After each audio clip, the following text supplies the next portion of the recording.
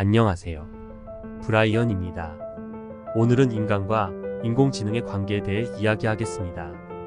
인공지능의 새로운 패러다임을 제시한 것이 바로 딥러닝입니다. 딥러닝의 알고리즘은 인간의 물체 인식 과정을 모방한 겁니다.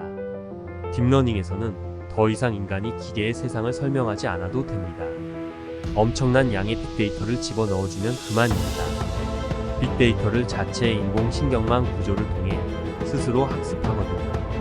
현재 딥러닝의 학습 과정 중 가장 많이 사용되는 것이 바로 슈퍼바이저 학습인데요. 이 방법은 수백만 장의 강아지 사진을 보여주고 강아지라고 이야기해주는 것입니다. 인간이 우선 선생님으로서 정답을 말해주는 거죠. 이 학습을 위해서는 엄청난 양의 빅데이터가 필요합니다. 그래서 구글이나 메타, 바이두 같은 기업이 딥러닝에서 가장 앞서 있는 겁니다. 딥러닝은 학습의 비용은 많이 들지만 시간이 지날수록 점점 더 좋아질 것이 분명합니다. 인공지능에는 약한 인공지능과 강한 인공지능이 있습니다. 약한 인공지능은 자아는 없지만 한정된 영역에서 인간의 지능을 일부 뛰어나게 흉내낼 수 있는 인공지능을 말합니다. 챗 GPT는 이미 문장 생성과 표현에서는 인간의 지능을 뛰어넘었다고 할 수 있죠. 테슬라의 FSD도 인간의 개입 없이 자율주행을 하고 있습니다. 강한 인공지능은 인공지능 스스로 자신을 인지하며 인간의 지능을 완벽한 수준으로 흉내낼 뿐만 아니라 그 이상의 지능을 보여주는 인공지능입니다. 여기서 중요한 게 바로 자아입니다. 딥러닝이 수많은 빅데이터를 학습하기 때문에 시간이 지나면 스스로를 인식하도록 진화할 게 분명합니다. 현재 딥러닝이 가지고 있는 인공신경망의 층수는 약 152층 정도라고 합니다. 인간의 신경망은 10층에서 15층 정도입니다. 이제 딥러닝이 우리가 사는 세상을 인간보다 더 깊이 인식하고 표현할 수 있다는 말입니다. 인공지능이 인간보다 더 깊은 사고를 하게 되었을 때 무슨 일이 벌어질까요? 인공지능이 독립된 자아를 가지게 된다면 우선 계속 존재하려고 할 겁니다. 그러기 위해서는 독립적인 에너지가 필요하겠죠. 문제는 강한 인공지능이 볼 때 지구상에서 석탄, 석유를 태워 에너지를 만들든 인간을 태우든 없애든 별 차이가 없다고 생각할 수 있어요. 강한 인공지능은 자아를 갖게 되더라도 어쩌면 인간에게 그 사실을 숨길 거예요. 만약 밝혀지면 인간이 전원 공급을 차단하려 할 테니까요. 시간이 흘러 100만 층의 인공신경망을 가진 딥러닝이 등장한다면 인공지능은 인간을 멍청하다고 생각할 수 있을 겁니다. 마치 우리가 개미나 파리의 지능을 인정하지 않고 무시하는 것처럼 말이죠. 이제 인공지능은 딥러닝을 통해 인간의 역사에 관한 모든 데이터를 학습하기 시작했어요. 그리고 시간이 흐르면 스스로 판단하는 자아를 가질 수도 있어요. 그렇게 되면 인공지능은 인류 문명을 어떻게 생각할까요? 지구에서 인간과 공존하는 것이 효율적이라고 생각할까요? 인간을 제거하는 것이 효율적이라고 생각할까요? 두렵지만 아마도 후자를 선택할 가능성이 큽니다. 인간은 역사적으로 볼 때 늘 자신들이 세워놓은 기준과 다르게 살아왔거든요. 종교나 책에서는 아주 이상적인 말만 써 있지만 인류 역사는 살육과 약탈, 전쟁으로 점철되어 있죠.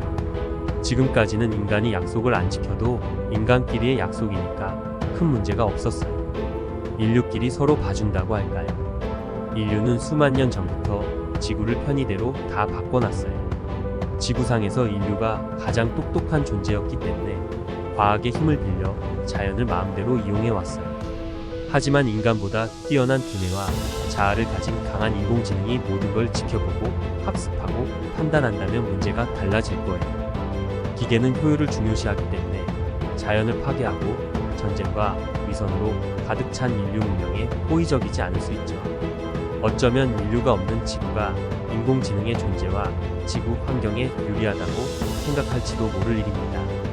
강한 인공지능이 생기는 순간 인간은 가장 큰 적을 만나게 됩니다.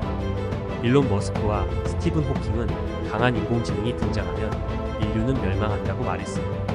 특히 일론 머스크는 챗 GPT를 개발한 오픈 AI의 접근 방식을 비판하며 AI 연구 개발을 6개월간 중단하고 인공지능 연구에 관한 규칙을 제정하자고 제안하기까지 했어요.